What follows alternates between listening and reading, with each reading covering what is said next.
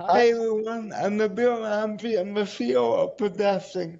Welcome to the Pedesting podcast.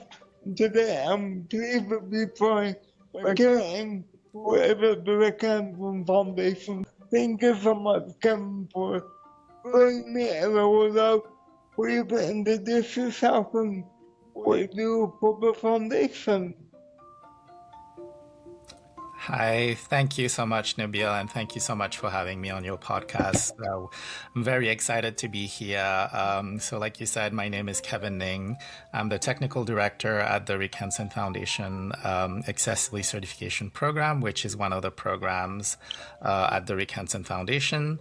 The Rick Hansen Foundation Accessibility Certification Program, short for RHFAC, is basically a program that helps support building owners to get a better understanding of the level of meaningful accessibility of their buildings.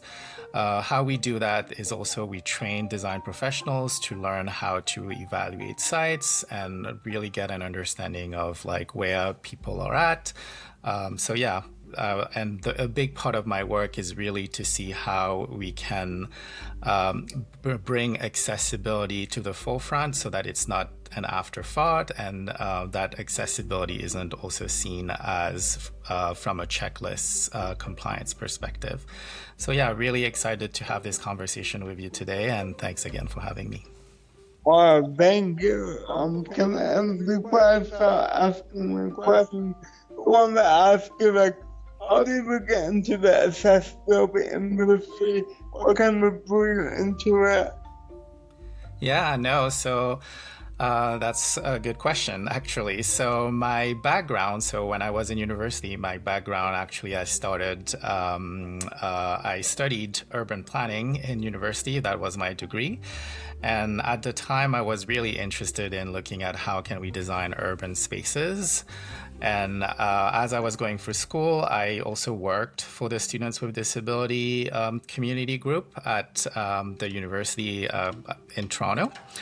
And that's where I met a lot of my friends. Like people, a lot of my friends were people who use mobility devices. And I remember very much like when I was one day I was basically planning a dinner, and it was very difficult to find a restaurant that was accessible to them.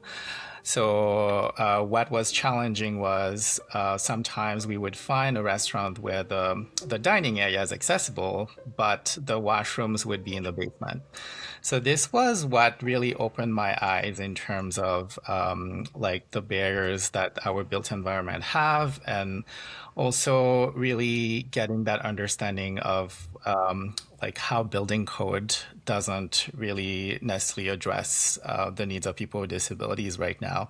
So after really like going through and basically working with people with disabilities, but also making friends with them and looking at how we navigate through spaces and how challenging it was for them, it really opened my eyes and really decided to make it the focus of my last 2 years in university. So that's where I learned more about universal design. And after that, after graduating, I really wanted to get into accessibility consulting and accessibility planning.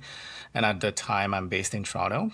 So when I graduated, it was also around the time when the Accessibility for Ontarians with Disabilities Act was launched. So which was really exciting times because there was so much happening in the space. So yeah, I learned through the job basically because there was no education as well at the time, and there still is a gap in terms of education right now when it comes to accessibility for design professionals as well. Learning about how people with disabilities interact with spaces, but also what is required. So I was lucky to find a consulting firm that was doing that work. I learned everything from my former boss. and found my way to the foundation because when they launched the accessibility certification program back in 2017. So I thought that was really exciting to be able to see how I can have a wider impact when it comes to accessibility, because previously I was working on a lot of projects, but the impact was smaller. It was only on a project by project basis. So the opportunity to work at the foundation really was exciting to me, just to see how I can have a larger impact nationally, but also globally as well. Yeah, it's amazing how you discovered the Rick Hansen Foundation and how they were in the beginning curve of making real impact. So for those that don't know too much about the certification program, how does it go beyond code compliance and helping buildings deliver real meaningful accessibility? Yeah, no, thank you. So, one of the things with one of the areas that the foundation over the past few years have looked into, like what type of barriers we wanted to focus on, and we saw that there was an opportunity with the built environment because where there is so many existing buildings right now that aren't accessible to many people. So we really wanted to really take a look at how can we move the needle when it comes to accessibility in the built environment. So which is why we worked with people with disabilities over the past few years, industry leaders, but also design professionals and subject matter experts, really to see and how we can define meaningful accessibility, like practically and measurably, so that we can have a larger impact. We know that we have building code, but building code very often means minimum accessibility requirements. And building codes, we're also only really looking at the building from a technical perspective, but also looking at it mostly from physical disabilities as well. So there was a gap in terms of like how currently right now people are looking at spaces, and what the Rick Hansen Foundation accessibility certification program is trying to do is we've developed a rating system that looks at accessibility from a holistic perspective, basically making sure that we look at accessibility more from how people are experiencing the space rather than from a building feature perspective. So we don't use a compliance model because for us, what's important is we really want to make sure that we put the user at the center of the space as well too, and really understand how people are navigating through those spaces from point A to point B, as opposed to like how building code approaches accessibility more from like this is how you need to design a bathroom and this is how you need to design a route for it to be accessible. But for us, we really look at the overall picture, how someone before our rating system even look at the building itself, we want to make sure that how are people getting to the building first. So it's not just about the building itself, it's really looking at the overall journey that person will take from like exterior, like how do you get to the building? Are you driving? Are you taking transit? Or are you walking to the space or being dropped off?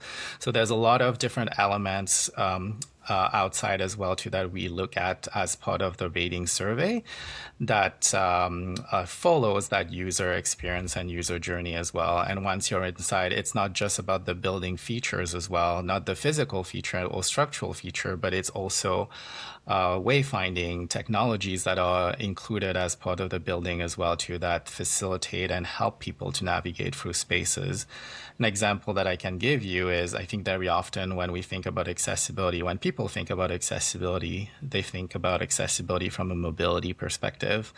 Very often it's about ramps, elevators, or power door operators, but there are so many other types of disabilities as well too, and so many other barriers that people face from other disabilities as well too. So it's really bringing that focus, really looking at accessibility not just from mobility, but from a vision disability, hearing, and also for people who are neurodiverse as well. So one of the exciting things with the Rick Hansen Foundation Accessibility Certification Program is we review our rating system every 3 to 5 years. So also to make sure that we are aligned with the latest standards and latest research as well. So this also allows us to really understand what's happening in real time, and which is something that isn't the case for building code, because building code, it takes a lot of time for changes to happen, has to go through a lot of reviews. Whereas for us, we are like on the field. We understand how people are using the space, and we train design professionals as well to learn how people with disabilities interact with the space, which is something that's very much missing in our education system. When I was in school, accessibility was basically taught from a building code compliance perspective. So, and this is still the case as well too right now. So as a young professional, or like someone who's learning about accessibility, we're only learning about what the building requirements are, and not necessarily about how people with disabilities, why does this matter? Why does a ramp need to be at a certain like slope? Or why do we need all those spaces for people to be able to maneuver, and color contrast and all these things? So yeah, I think that's why we created the Rick Hansen Foundation Accessibility Certification Program. One was to train design professionals to learn more about accessibility, but the other piece was also from a building certification perspective, supporting building owners to understand where they're at, identify barriers, and provide them with a roadmap on how to improve. I have two follow-up questions. You mentioned that you train a lot of people under the program, the Rick Hansen Certified Program. So, what one thing that you have found that participants find more surprising when they go through the program? What are people finding surprising about the program? I think, like I said earlier, very like previously, I think less and less now, though, which is great, is when people first started going through our training program. It really opened their eyes as to how the built environment, inaccessible the built environment was, but also how little changes can have really big impacts when it comes to accessibility. Like I think even something like changing the color of your walls, like making sure that there's color contrast, or your door hardware, like how like these can have an impact on accessibility. But also currently right now, 1 in 4 people in Canada have a disability, but even out of those 1 in 4 people, 2/3 of them have more than one disabilities. So I think it's really understanding that disability isn't, we don't look at disability and accessibility in silo as well, really looking at it from a universal design perspective. I think what would work for everyone, as opposed to designing for a specific person. And we've completed a few studies over the past few years as well that have demonstrated that if design professionals like basically include and think about accessibility earlier in the design stages, and if things are designed with accessibility in mind, then there's less of a need for retrofit, but also being very intentional with your design as well too can help mitigate some of the barriers that could potentially happen later. So yeah. So I know that you mentioned that, and I know that on the youth verification program to benchmark where they are at today and identify areas of improvement. But how have you seen holistic changes within the design community, whether the architects, property managers, or owners? Have you seen the way how they're changing the approach that they do work? No. Yeah, Over the no, past there's year? Yes, there's been a lot of change that I've seen over the past few years. I've been in the industry for over like 15 years, close to 20 years now, and I've seen how much like accessibility used to be basically an afterthought, or When I first started as an accessibility consultant, we used to have architecture firms hire us as subcontractors, whereas now we're seeing more and more architects and designers actually taking our training courses really to like understand what the needs of people with disabilities are. And what's different with our training course is we actually explain the why it matters, how people with disabilities interact with spaces, why are those features important to them, like why does acoustic, color contrast, lighting, all these different components like olfactory, tactile features as well. Why all these things are important for people with disabilities,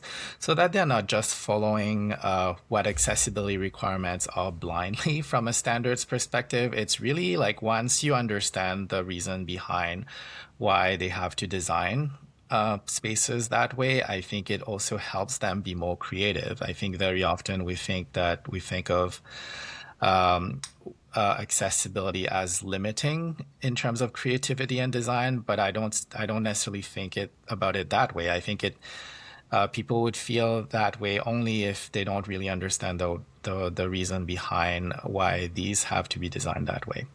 And also that's why for us our training is very much focused on bringing that understanding and knowledge of people with disabilities, how they interact with spaces, so that we can design better, but also like operate buildings better as well, because that's the thing. Building design doesn't stop. Like the accessibility of buildings doesn't just like mean the design of the building itself, because you can build the most accessible building, but if it's not maintained and operated properly, and if the people who are responsible for the spaces don't understand how they can potentially create barriers, this also becomes an issue. So we have to really think about the whole system, not just the design and building of spaces, but also how they are maintained and operated over time, and what kind of training and knowledge the team needs to have as well, which is why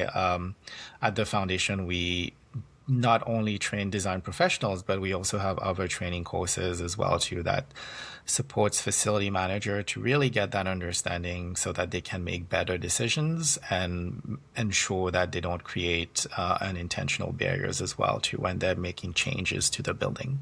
So these are things that I think we're seeing, that I think there's a lot. Accessibility is becoming more at the forefront of things now.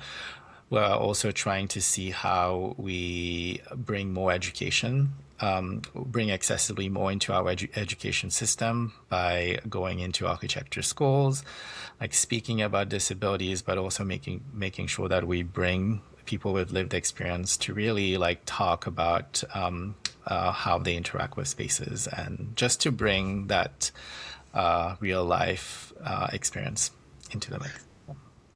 How do you see bridging a gap between global standards and the lived experience of people with disabilities? Yeah, I think one of the biggest thing, I think I've focused a lot on education because I think we need to have not necessarily just an educated workforce, but also an educated public as well too. Like the public needs to, like, there needs to be better understanding, and so that there's less assumption and less misconception about what people with disabilities. And I think the other thing is everyone, 2/3 of people of the population know someone with a disability, have a family member, a parent or a friend, a colleague that have a disability as well. That's something. So accessibility touches the lives of pretty much like everyone in some ways as well. And we're all gonna, like, we have an aging population. I think making sure that what we're designing is responsible, but also how we are operating and maintaining spaces like that the people that are doing that have the knowledge in place. But one of the other thing that the certification program is also trying to achieve is basically, like you said, bridging that gap between standard and building code.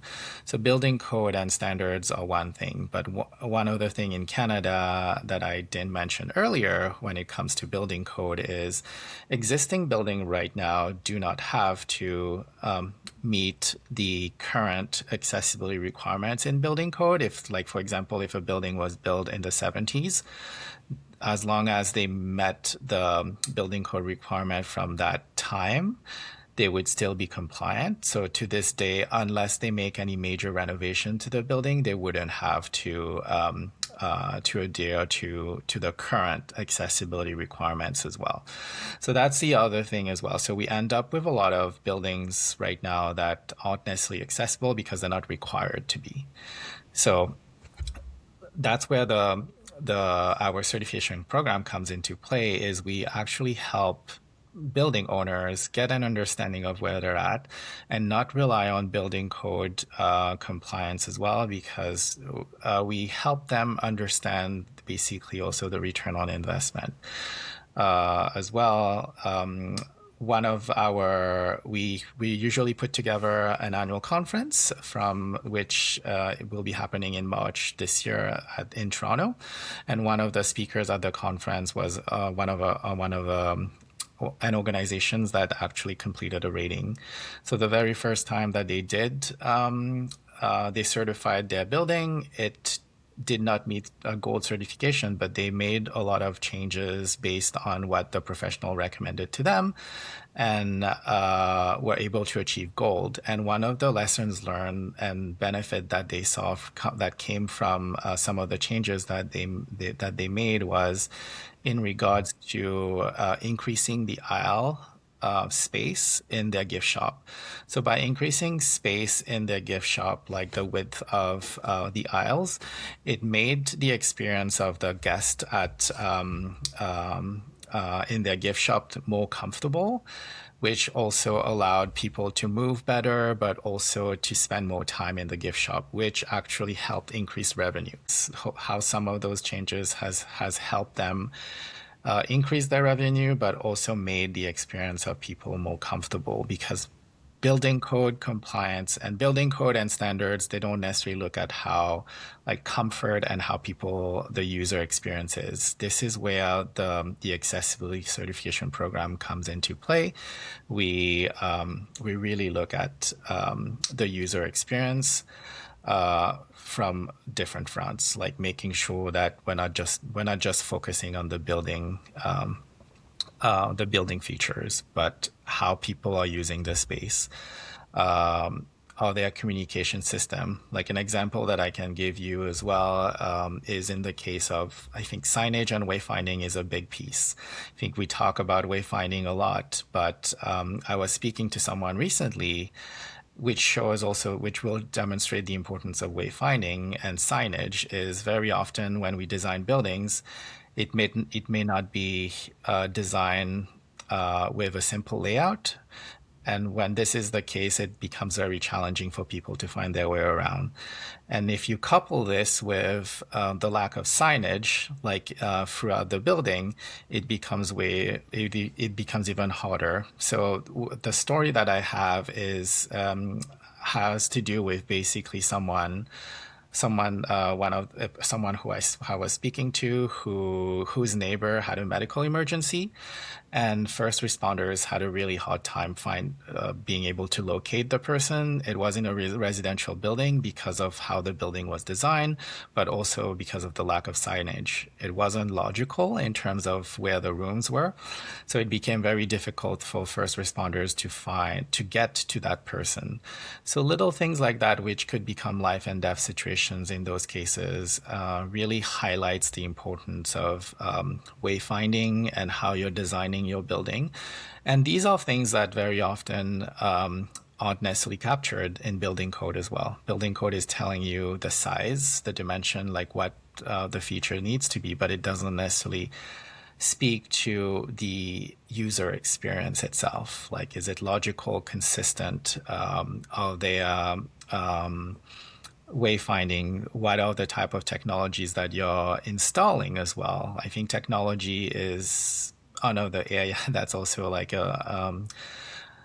new. We have a lot of innovation and technologies that are currently being installed in our buildings, but are we also making sure that those technologies are accessible for people with disabilities? And I'm not, well, like I said, we're not just talking about people with mobility disability, but also those with hearing, vision, but also with different neurological experiences. So, yeah.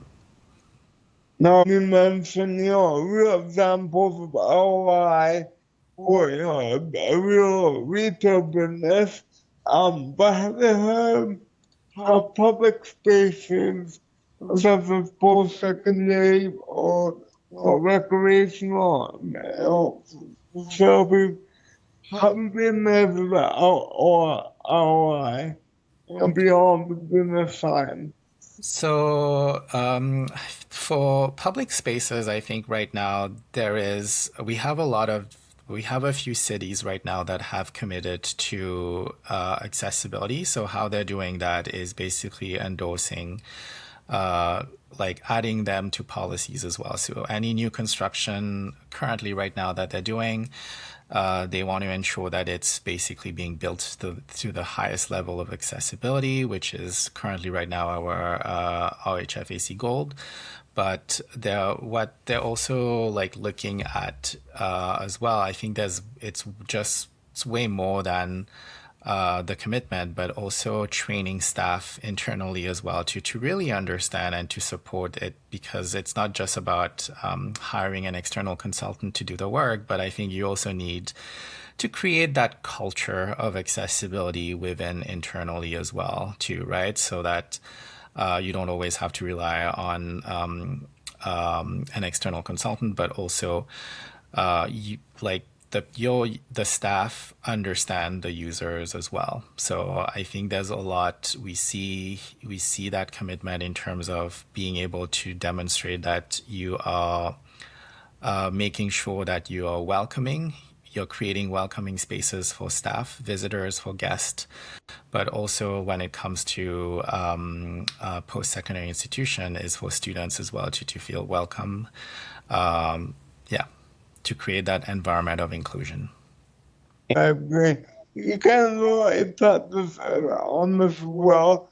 But what do you think startups like Pedesting or tech and platforms property managers can learn from programs like the certification program to strengthen the approach to accessibility?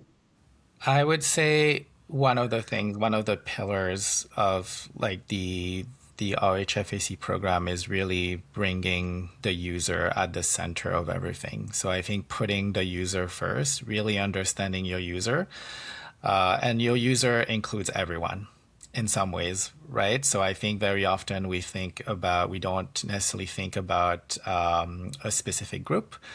But if we look at technology as well, too, even these days that we currently have in place, there's a lot of voice activated systems. I think even if we look at your phone, like everyone has a smartphone now, like things like Siri, like all these things benefit everyone. I think really looking at when we're creating and designing new products, making sure that we work with people, we collaborate with people. There's that co-design, co-creation perspective, but also that we think about how we can basically create a product that would work in different ways, that there's multiple ways to operate it, or it provides different types of feedback, because something that's voice activated may not work for someone who who can't speak, or like even touch screens as well. Touch screens is an example that I very often use, are very difficult for people who are blind or people with vision disabilities to use, because they don't know like what they can't see. They wouldn't be able to operate it. So having different modes of communication and systems in place, so whether it be like you need to have visual, audible, but also tactile. I think different methods of like operating your product, I think, is very important. And I would also ensure that there is that co-creation and co-design aspect, really making sure that we bring people with disabilities and yeah, with everything that we do. What do you find the most common accessibility challenges that typically get overlooked, whether offices, public spaces, commercial spaces? And I might ask you this next bigger question on the bigger picture. Where do you see Canada exceeding in accessibility? And where do you see opportunities to really become a global leader in accessibility? Yeah, I think to answer your first question, it's not necessarily like from a building type or sector perspective. I think it has more to do with like how do we break down attitudinal barriers? I think very often it's basically people's assumption of what people with disabilities can or cannot do. Like, I think we should strive towards making sure that all spaces are designed and built to be accessible and maintained and operated to be accessible as well. So for me, I think it's more creating that sort of, which is why I keep going back to training. It's not just about making sure the building is accessible, but also creating like a culture of accessibility, like in the public and within the public, with the people operating, building those spaces, is very important. So yeah. And then I guess going back to your question about what's exciting and how I see things moving, I think it's very exciting currently right now in terms of the space where we're at. Like I said, I've been in the industry for the past 15, like close to 15, 20 years now, and I've seen the change, like how accessibility has become more a topic of discussion, like everywhere I go. Like I think even for the past few years, just like noticing with the Accessibility Canada Act, and also a lot of funding opportunities for standard development and research that is being funded currently by Accessibility Standards Canada. So it's an exciting time, especially in Canada right now, to kind of like went from a research and standard development perspective. There's a lot of exciting standards that will be coming out in the next few years from Accessibility Standards Canada, but also a lot of research that they are funding right now, which will help ground a lot of the work that we do. And also, the other thing is also like the availability of data. I think that's the other thing for us that we see as really important, and also to be able to demonstrate the impact as well, and also to help people make better decisions. Is we need to have more data about accessibility, and we need to collect it more consistently, like basically using the same language and methodology so that it's consistent and we are able to analyze it better and make better decisions as well. And I think continuing to raise awareness of how small changes can have big impacts when it comes to accessibility, which is why even with a tool like Pedesting is great. This is something that we reward as part of our certification program, because our certification program is all about innovation in spaces as well too. So very often, sometimes existing buildings may not have the ability to make like big structural changes, but for a tool like Pedesting, which is allowing users to really get a sense of how to navigate for the space, it also helps. It not just helps people with mobility to find like the most accessible route in the building, but it also helps people with different neurological experiences in terms of reducing their stress by understanding how the building looks like and the layout of the spaces. It helps calm a lot of people down in some ways. So yeah, so that's one of the reason why we also always look for innovative solutions as well too that will help support people with disabilities when structural changes may be harder to do. Karen, for all of them. We're really excited to be part of this application program because I think the more awareness, the more people can be um, confident in getting around, or ultimately increase representation for people with disabilities and hopefully inspire it. Continue momentum in the accessibility space. So I really like to thank you for your leadership, in the work that you do. It's amazing how you built this program up over the last 7 years, and I can't wait to see what the next chapter, looks like over the next 5 years. But I want to say thank you so much for your leadership and everything that you're doing at the foundation, with the foundation, and looking forward to many more years of collaboration. And thank you for taking the time to join this conversation and hopefully create awareness, even more awareness in the design community. So thanks again, Karen. Thank you so much for having me, Nabil, and let's continue really looking forward to how we continue to work to create a world where everyone can go everywhere. Okay, thank you. Bye, Thanks everyone. so Take much. care. Bye. Bye.